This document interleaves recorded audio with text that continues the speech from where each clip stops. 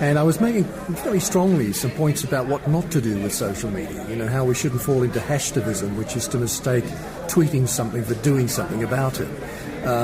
How we shouldn't do online what we would never dream of doing offline, which psychologists now call social disinhibition. Tweet unto others as you'd have them tweet unto you.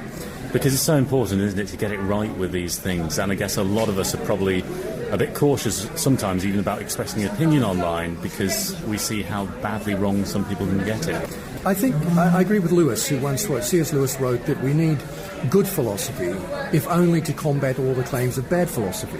And so my good friend Joel Edwards says, if you want to be a voice for change in society, you must engage the cultural conversation with curiosity.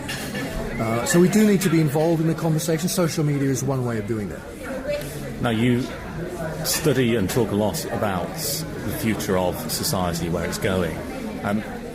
Do you think some of the tabloid headlines are right and that we will reach a point where basically the only way to communicate effectively is by social media? Well, I think social media is just the latest of a long string of new quote-unquote media. I mean, if you think back to radio, people might have said the same about the introduction of radio 100 or so years ago. Same with television, same with movies. I think that any new medium has to be exploited as far as we can use it, but to remember that it must serve us, not define us. We mustn't allow it to take over. There was a French philosopher called Jacques Ellul who made the, I think, very salient point that if we're not careful, we can build faster and faster machines to take us nowhere. Once we stop thinking about why we're using it, the technology takes over, then we have a problem. But if we see it as it should be, the technology is merely a servant. It's amoral, technology is not destiny. We decide how we will use it.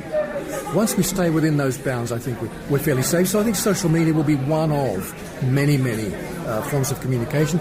And ultimately, what we're doing right now, you and I, the old-fashioned biometrics of reading the face signals, that's the ultimate form of communication. And anything else, at the end of the day, should lead to that.